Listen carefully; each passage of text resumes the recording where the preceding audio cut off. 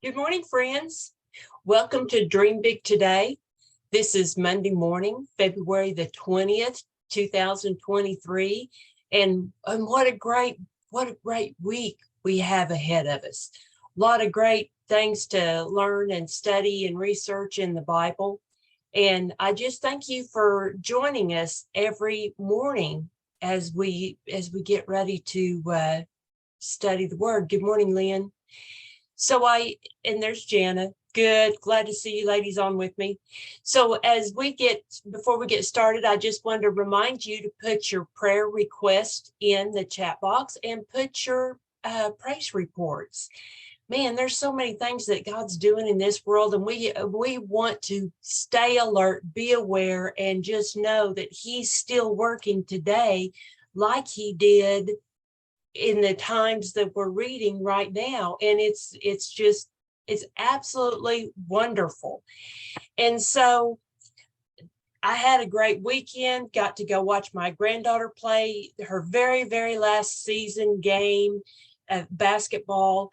And, it's bittersweet. We go through these seasons and one season ends and another begins, and we're kind of concerned about the unknown and maybe a little anxious about it because it's not the way it was. It's changing. And we live in a world of change, and the best is yet to be. And so we just get our faith and confidence and everything going, and know, Lord, just open the doors for us, for our children, our grandchildren, the next step they take. You've already gave them the place to put their feet. And so that's how we navigate changes. So I want to start with my devotion this morning. And it's a great one to start, just kick off Monday morning. My loving Lord, satisfy me in the morning with your unfailing love, that I might sing for joy and be glad all my days. How awesome is that? Satisfy me in the morning. That's why we like to pray and read first thing in the morning. What's a better deal to get your day started than be in the Word of God? I have sought satisfaction in a variety of ways, which many of them were hurtful. Yes, I can raise my hand up for that. I've discovered that even good things can fail to satisfy me if I elevate them above you. So I come to you this morning with my emptiness and my longings. As I sit quietly in your presence, communing with you, I ask you to fill me up to the full with your limitless love. What's limitless love? I mean, we as human beings don't even know it, because I tell you what, if you say something to me I don't like, I don't love you anymore. That's how we do things. Or we cancel you, or we unfriend you. God has limitless love. I delight in pondering how wide, how long, how high, and how deep this vast ocean of blessing. Finding my satisfaction in you above all else provides a firm foundation for my life. By building on this solid foundation, I can be joyful and confident as I go through my days. I know I will continue to encounter hardships because I live in such a terrible, broken world. Yet I can count on you to guide me along my way as I cling to you in trusting dependence. How's that going for you? Are you able to cling to Him whenever things are going south and you don't know what to do, who to call? Is your first action to call God?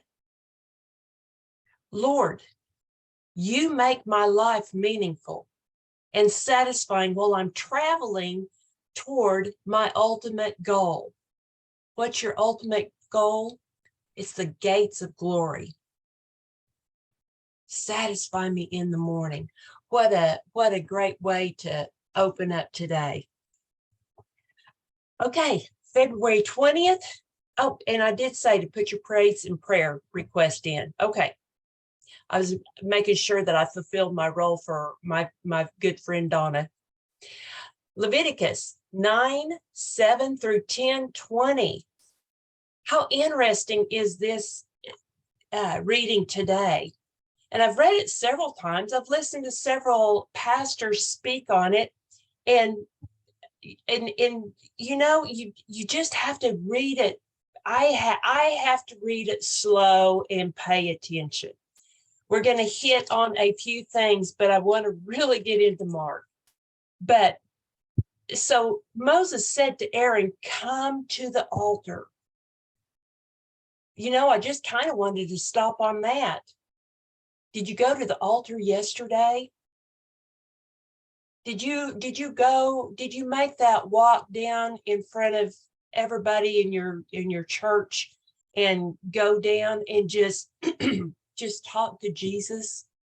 Make a public confession. Did you come to the altar?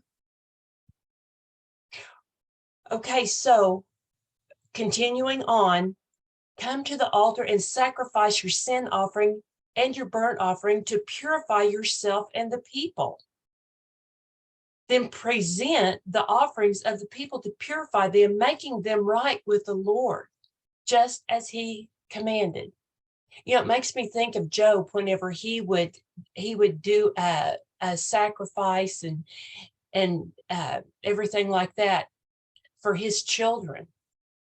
Now, I never saw where his children were ornery or did all kinds of things, but you know, that was a good dad that he would, you know, just to make sure that everybody's on the same page. Let's go to the altar and we'll sacrifice for whatever you might have done.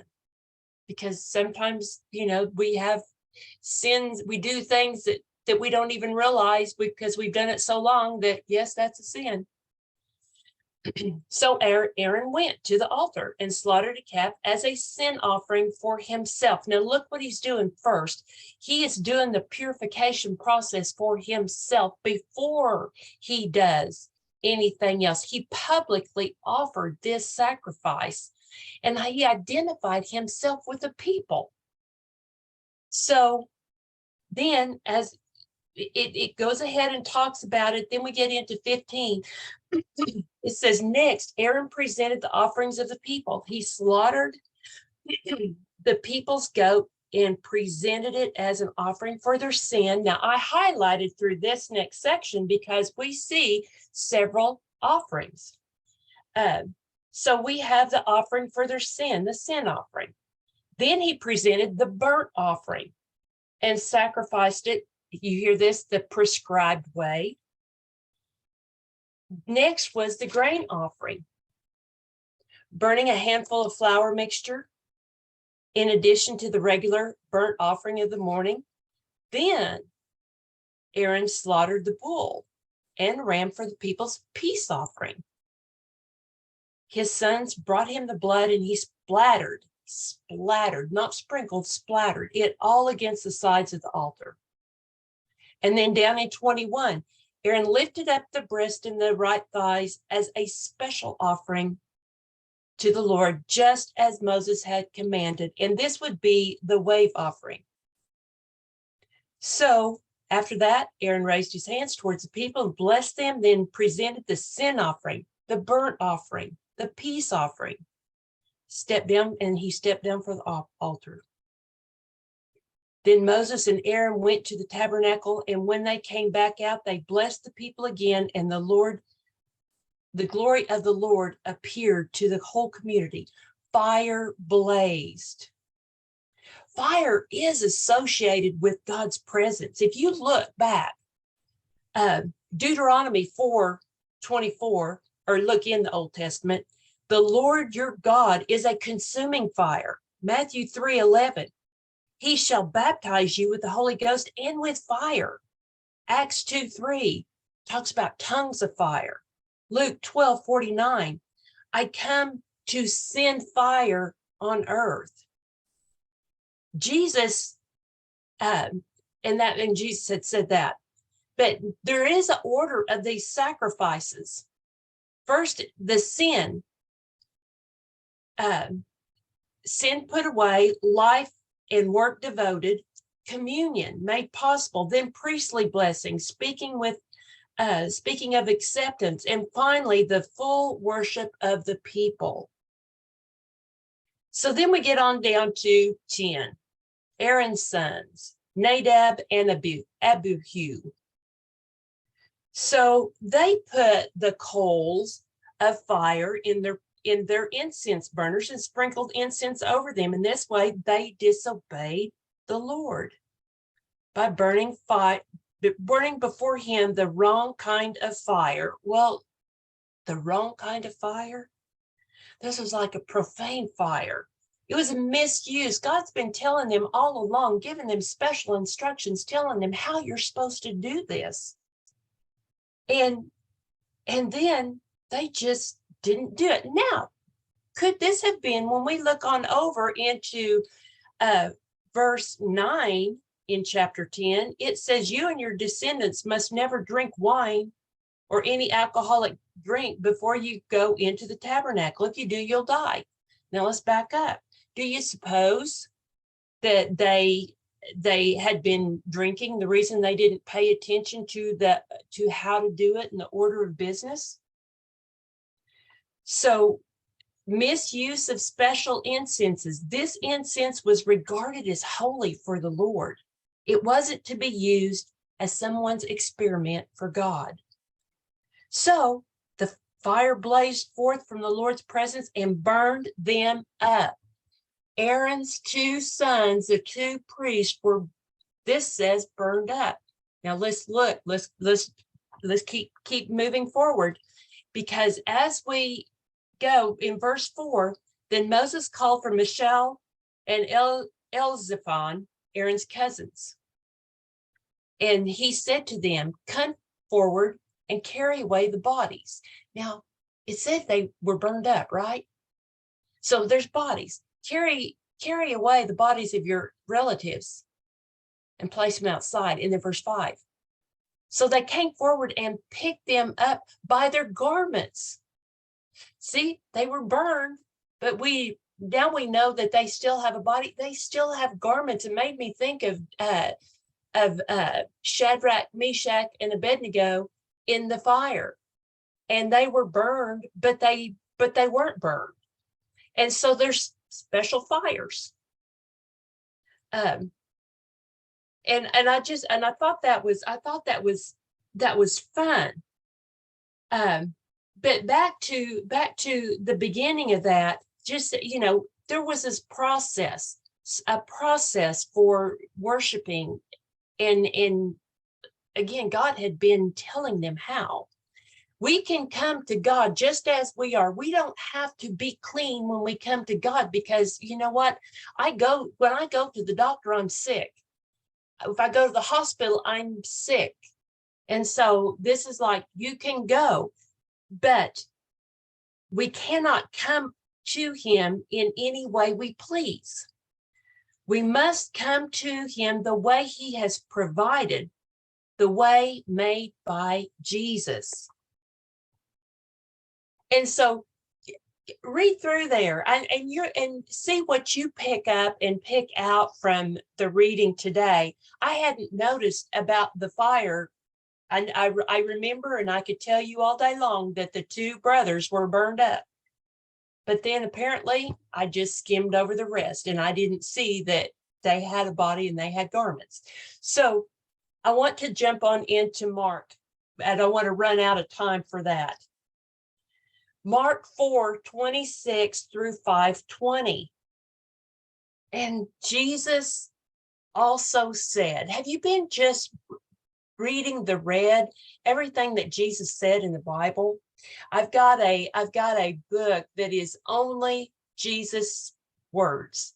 And in fact, Elizabeth gave that to me many, many years ago. And so it's really cool because, I can look up a subject and I can just flip over and see everything he said about it. But Jesus said, whenever we see that, pay attention to it. He's speaking to us. The kingdom of God is like a farmer who scatters seed on the ground. Now we've read about this. However, the story that we read before it was talking about the soil. And this here is the seeding, the seeds on the ground isn't talking about this, that situation. A farmer who scatters the seed on the ground night and day while he's asleep or awake, the seeds sprout and grows, but he does not understand how that happens. The earth produces the crops on its own. First, a leaf blade pushes through, then heads of wheat are formed, finally the grain, and soon the grain is ready and the farmer comes to harvest it with a sickle, for the harvest time has come. And so isn't it excited if you know what few times that I planted something from seed, like my flowers or whatever, and I see that little bit of dirt has just kind of moved a little bit. And then next thing you know, there's a shoot coming out of the ground. Well, thank you, Jesus, that I don't have to make it do that, because it's underground. You can't see it. You can't do anything about it. All you can do is plant it. And it's kind of like our words. Whenever we're speaking to somebody, those seeds are going into them. Make sure that they're good words and not something that is going to make them feel bad, because just like this is talking about the planting the seeds for the kingdom, we can also plant seeds for hell. And some of the things that I remember that people have spoke to me in the past, I remember the negative things. I mean, just like it was yesterday, the tone of voice and almost what they wore when they said it to me. Well, make sure that what we're saying to somebody, because they're going to remember it, is kingdom led, is God anointed, is something that they will remember, that's going to promote them into the kingdom. Let me go. Let me look at one of my notes here. Okay. So then in verse 30, Jesus said, how can I describe the kingdom of God? What story should I use to illustrate it? It's like a mustard seed planted in the ground. It's the smallest of seeds. Now, there are small seeds, and there's probably smaller seeds, but this is a small seed. But it becomes the largest of all garden plants. It grows long branches, and birds can make nests in its shade. So I've always seen that as being like this huge miracle of something so tiny that was planted and nurtured and watered and fertilized and then it grew into this huge plant that the birds can make its nest in it. But then I was reading something that kind of put a spin on it, and I want to share that with you for your thoughts. This mustard seed has grown into a huge plant that birds can flock to. Birds in parables can be emissaries of Satan. And so it's like, if this is growing so big that the birds flock in, we want to make sure that we are letting the right stuff come into our big plant. Don't let it become a home of the unclean. Now, Wietersbe said the growth of the kingdom will not result in the conversion of the world. In fact, some of the growth will give opportunity for Satan to get in and go to work. So we don't want that to happen with our mustard seed faith. That you keep the faith going big and strong, and not allow any doubts or sin to enter. Jesus used many similar stories and illustrations to teach the people as much as they could understand. See, we can't understand everything, but we can pray for understanding and discernment as we read the word. In fact, his public ministry, he never taught without using parables. But afterwards, when he was alone with his disciples, he explained everything to them. And then 35, as evening came, Jesus said to his disciples, let's cross to the other side. Now, do you see that's a promise? Let's cross to the other side. It's a statement. His statement's a promise. This sea is 13 miles long and 8 miles wide. So they took Jesus in the boat and they started out, leaving the crowds behind, although other boats followed. But soon a fierce storm came up. High waves were breaking into the boat and it began to fill with water. Jesus was sleeping. Jesus was so calm. He's in control of everything. When he said, let's cross to the other side, he didn't say, but now let me tell you, there will be a storm coming, there's waves coming, and so we need to make sure that we lock everything down, and everybody put your boat seat belt on, so you or put your I guess there's not a boat seat belt, but there's a life preserver. Put all of your safety stuff on. He didn't have to say that because he knew how it was all going to fall out. Then 38, Jesus was sleeping at the back of the boat with his head on a cushion. Isn't that funny how it's so detailed? He was just there. He was comfy. He had his pillow and he was tired. He'd been doing a lot and he was asleep. It says the disciples woke him up shouting, "Teacher, don't you care that we're going to drown?" But then look at 39. Verse 39 says, when Jesus woke up. Now, the disciples have hollered at him. They've yelled, they've shouted, we're going to drown. Do you think that Jesus was still asleep on his pillow? I think he was.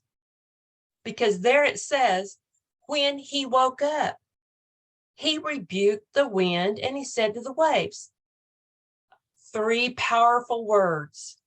Silence, be still. Suddenly the wind stopped and there was a great calm. Jesus silenced demons a similar way. This was a spiritual battle as well as a weather crisis. When Jesus calmed the sea, this also rescued and saved everybody else in the other boats. Did you notice that there were other boats following? And we're talking about guys that's with Jesus right here that are fishermen that are used to all kinds of weather because they fish for a living. So they've been out on the water. And everybody else in all of these boats were following them. And they may not had such a big boat as the one that Jesus was in. And can you just imagine, they don't have Jesus in their boat. They're just trying to get close. They're watching. But then here they are. They don't know what the disciples have said and what that Jesus was asleep and woke up and said, silence, be still. They were saved from this fierce storm because of what Jesus said in the other boat. I mean, I just think that speaks volumes. And then he asked them, why are you afraid? Do you still have no faith? I mean, my goodness, folks, why would we ever be in fear of even anything? Jesus is with us all the time. He was physically in the boat with here. But today, whenever you get ready to go do whatever errands you have, pray to him and let him guide and direct you where you need to go. So in case of that windstorm comes up or whatever comes around you, that you won't be afraid because he is with you. The disciples were absolutely terrified. Who is this man? They asked each other, who is this man? Why in the world would they even say that? Even the wind and waves obey him. Finally, the disciples have seen Jesus for who he was. He's truly a man and truly God. And then chapter 5. So they arrived on the other side of the lake. They're probably just still wiping the sweat off and the sea spray and everything like this, and just thinking, oh my goodness. But they, their hearts are still beating hard. They get on the other side, and when Jesus climbs out of the boat, a man possessed by an evil spirit came out of the tombs to meet him. Man, I mean, you just can't get away from tough stuff. Everything is just happening, and these poor disciples are saying, what have we gotten ourselves into? That's my thought, not biblical. Okay, so it talks about this man. Jesus has climbed out of the boat, and here this man with the evil spirit out of the tombs comes to meet him. And then it says he's lived in burial caves, could no longer be restrained, even with a chain. Whenever they put chains and shackles on him, he could snap them. He could smash the shackles. No one is strong enough to subdue him. And he wandered day and night, and howling and cutting himself. Wow, have you ever seen anybody like that? I have. And it scared me. Now, if I saw him today, I don't know what my reaction would be, because I'm not there today. But at the time that I saw this person that was makes me think of this guy, I certainly went a long way around him to get out of the way. When Jesus was still some distance away, the man saw him and ran to meet him. This man bowed down before him, and with a shriek he screamed, "Why are you interfering with me, Jesus, Son of the Most High God?" See, the man knew who he was. He knew him. He didn't just say Jesus. He knew his full name. That's just like whenever you got in trouble when you were little and your mom hollered your name, and she didn't just holler Debbie. She said your first name, middle name, and last name, and you knew that when she said all of your name, that you better get in the house. Well, he said all of the whole name. And then he says, "In the name of God, I beg you, don't torture me." For Jesus had already said to the spirit, "Come out of the man, you evil spirit." So see, during this time, there was a superstition that if you knew the name of the spirit that was in that person, if you knew the full name, then you could have spiritual power over it. And so the spirit probably had that going on, the reason that he said all of Jesus's names. Then Jesus demanded, "What is your name?" And he replied, "My name is Legion, because there are many of us inside this man." Now, this makes me think that he was trying to intimidate him. There's many of us. A Roman legion generally had anywhere between 3,000 and 6,000 men. This man's name is Legion. But it doesn't mean that he had 3,000 to 6,000, but you can probably say he had a lot. When he said Legion, I wondered, what would I have said? Is my name insecure? Is my name fearful? Is my name Legion because I have so many? Is one of my names afraid? Is one of my names not good enough? is one of my names. Could I go down a list of different things that this man's name could have been? Then the evil spirits begged him again and again not to send them to a distant place. There happened to be a large herd of pigs feeding on the hillside nearby. Send us into those pigs, the spirit begged. Let us enter them. So Jesus gave them permission. The evil spirits came out of the man and entered into the pigs. The entire herd, about 2,000 pigs, so possibly one spirit per pig, plunged down the steep hillside into the lake and drowned into the water. Spurgeon said, Satan would rather vex swine than to do no mischief at all. He is so fond of evil that he would work it upon animals if he can't work it upon men. So you see, that evil spirit had murder in its plan, in all of their plans. There was a whole bunch, all in this one man. And it, whenever you see somebody that's battling inner turmoil, what is the enemy wanting to do? They're wanting to destroy that person, just like the enemy was wanting to destroy this man. Jesus simply said, come out of the man, you evil spirit. He called him out. He said, get out now. There was not a time frame. It was now. At this moment, get out. And they were afraid. They didn't want to just wander the hillside and not do any kind of mischief or evil or anything. Put us in the pigs. And there were many of them.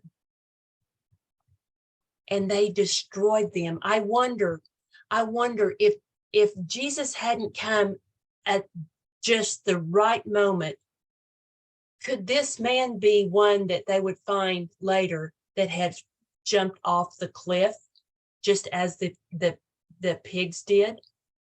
The pigs went over the cliff.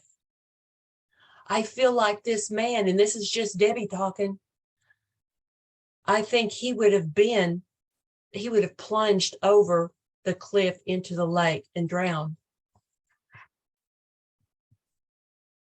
And the people all around, they were amazed. They rushed to see what happened. They gathered around Jesus. He was sitting there. Oh, the crowd soon gathered around Jesus, and they saw the man who had been possessed.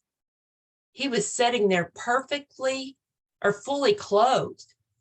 He was fully clothed. When I flip back, it says that, I thought it said that he wasn't clothed. But anyway, he was fully clothed and perfectly sane. And they were afraid. Wow. Whenever you see something, a major miracle transformation, a supernatural thing happen, are you going to be afraid? Are you going to want to run and hide? Are you going to turn around and leave? Look at verse 17. It says, and the crowd began pleading with Jesus to go away and leave them alone. They prayed for Jesus to go away. Oh my word. Why would you do that?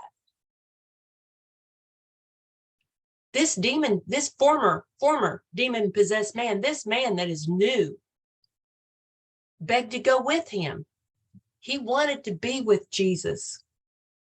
But Jesus said, no, go home to your family and tell them everything the Lord has done for you. Man, everyone was amazed.